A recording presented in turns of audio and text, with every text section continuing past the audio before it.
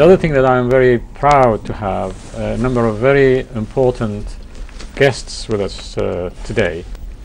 The first one is Dr. Salim Ayduz, who is an associate professor in the history of science at the University of Fatih University in Istanbul, Turkey. And he will obviously, this is an opportunity to have him on our session today to tell us about particularly the Ottoman contributions in history of science. And of course we have Raimi Kalam, who will be introduced later, and then we will have Osman Ali, and we will have Dr. Waqas Khan later on. Each one of them will speak about their experience and their views about this 1001 inventions that we call, which is really the contribution, speaks about the contribution of Muslims in science, technology and civilization. Now, what I would like in today's, I'll give a chance for my colleagues to speak, but I shall go out of science and technology today, and I'd like to tell you about what, when you look at today's society, and we have been looking at the inventions in our homes, in schools, in hospitals, in towns, and so on. But there are also other inventions which are not necessarily mentioned in the book, only in a very passing way, because the book cannot be, you need encyclopedias to, but this book mentions something about these social systems that we have. So not inventions, but social systems, yeah? So these social things that we have today, you know, like the separation between the legal system from the political system, the things we enjoy today, like child benefit, we enjoy the old age pension and so on.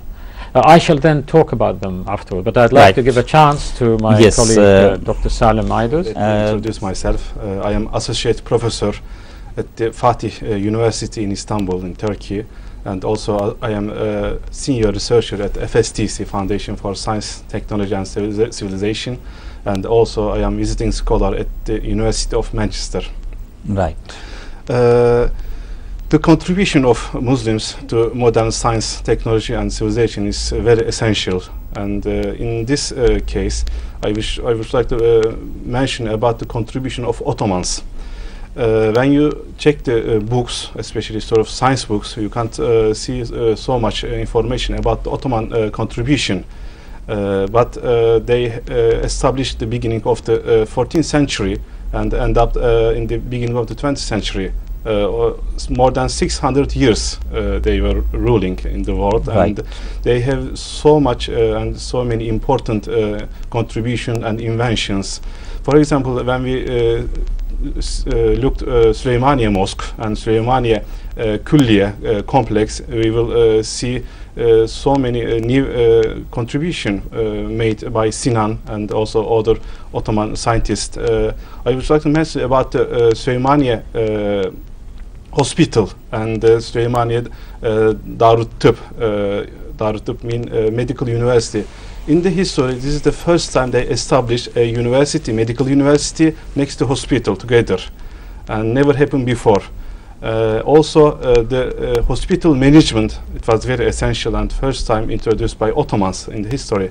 And after that time, the contribution of Taqiyuddin Rasid in the 1570s, he established last Muslim observatory in Istanbul.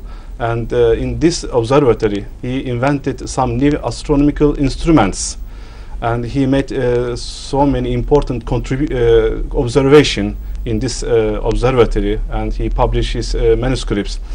In this book, I can say this is the first time the Ottoman contributions unveiled and published in history, and because of this book fills a major gap in the minds of Muslim and non-Muslims in the area of Ottoman science and technology.